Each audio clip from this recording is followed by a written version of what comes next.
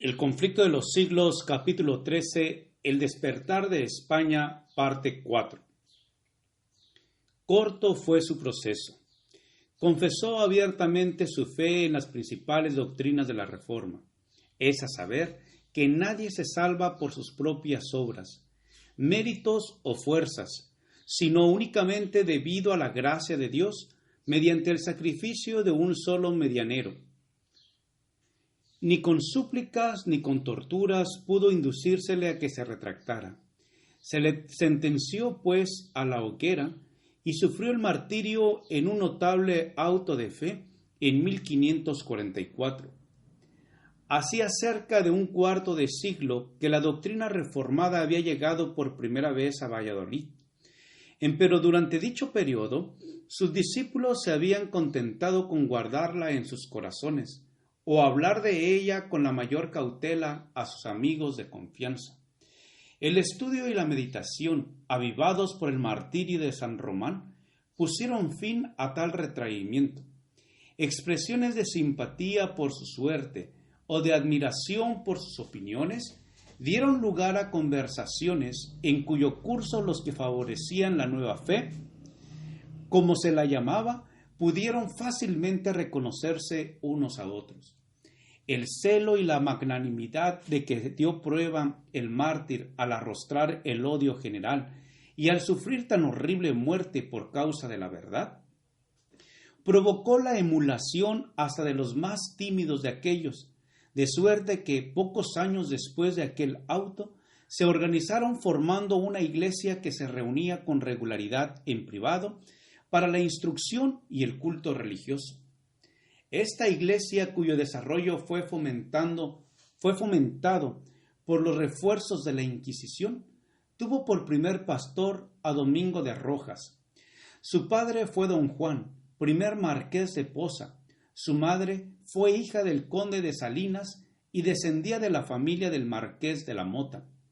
Además de los libros de los reformadores alemanes con los que estaban familiarizados, propagó ciertos escritos suyos y particularmente un tratado con el título de Explicación de los artículos de fe, que contenía una corta exposición y defensa de las nuevas opiniones.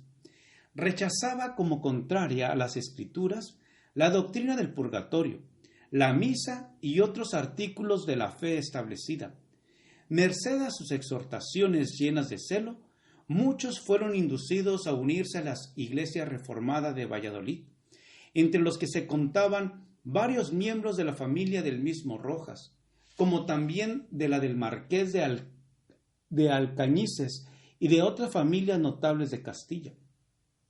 Después de algunos años de servicio en la buena causa, Rojas sufrió el martirio de la hoguera, caminó el sitio del suplicio, pasó frente al palco real y preguntó al rey: ¿Cómo podéis, señor, presenciar así los tormentos de vuestros inocentes súbditos? Salvadnos de muerte tan cruel. No, replicó Felipe, yo mismo llevaría la leña para quemar a mi propio hijo si fuese un miserable como tú. El doctor don Agustín Callaza, compañero y sucesor de Rojas, era hijo de Pedro Callaza, oficial mayor del Tesoro Real, y se le consideraba como a uno de los principales oradores sagrados de España. En 1545 fue nombrado capellán del emperador, a quien acompañó el año siguiente a Alemania, y ante quien predicó ocasionalmente años después, cuando Carlos V se hubo retirado al convento de Yuste.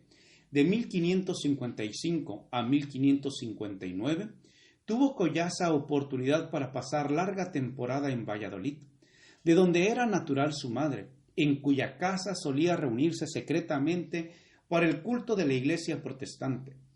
No pudo resistir a las repetidas súplicas con que se le instó para que se hiciera cargo de los intereses espirituales de ésta, la cual, favorecida con el talento y la nombrarla del nuevo pastor, creció rápidamente en número y respetabilidad. En Valladolid, la doctrina reformada penetró hasta en los monasterios. Fue abrazada por gran número de las monjas de Santa Clara y de la orden cisterciense de San Belén, y contaba con personas convertidas entre la clase de mujeres devotas, llamadas beatas, que se dedicaban a obras de caridad. Las doctrinas protestantes se esparcieron por todas partes alrededor de Valladolid, habiendo convertido en casi todas las ciudades y en muchos de los pueblos del antiguo Reino de León. En la ciudad del Toro fueron aceptadas las nuevas doctrinas por Antonio Errosuelo, abogado de gran talento, y por miembros de la familia de los marqueses de Mota y de Alcañices. En la ciudad de Zamora, don Cristóbal de Padilla era cabeza de los protestantes. De esto lo sabía también en Castilla la Vieja, en Logroño, en la raya de Navarra, en Toledo y en las provincias de Granada, Murcia, Valencia y Aragón. Formaron agrupaciones en Zaragoza, Huesca, Barbastro y en otras muchas ciudades. Respecto al carácter y posición social de los que se unieron al movimiento reformador en España, se expresa así el inquisidor: tal vez no hubo nunca un país alguno tan gran proporción de personas ilustres, por su cuna o por su saber, entre los convertidos a una religión nueva y proscrita. Esta circunstancia ayuda a explicar el hecho singular de que un grupo de disidentes, que no bajaría de 2,000 personas, diseminadas en tan vasto país y débilmente relacionadas unas con otras, hubiese logrado comunicar sus ideas y tener sus reuniones privadas durante cierto número de años sin ser descubierto por un tribunal tan celoso como lo fue el de la Inquisición. Al paso que la reforma se propagaba por todo el norte de España, con Valladolid por centro, una obra de igual importancia, centralizada en Sevilla, llevábase a cabo en el sur, merced a una serie de circunstancias providenciales. Rodrigo de Velero, joven acaudalado, fue inducido a apartarse de los deleites y pasatiempos de los ricos ociosos y a hacerse heraldo del Evangelio de Cristo. Hízose de un ejemplar de la Vulgata y aprovechaba todas las oportunidades para aprender el latín en que estaba escrita la Biblia. A fuerza de estudiar día y noche, pronto logró familiarizarse con las enseñanzas de las Sagradas Escrituras.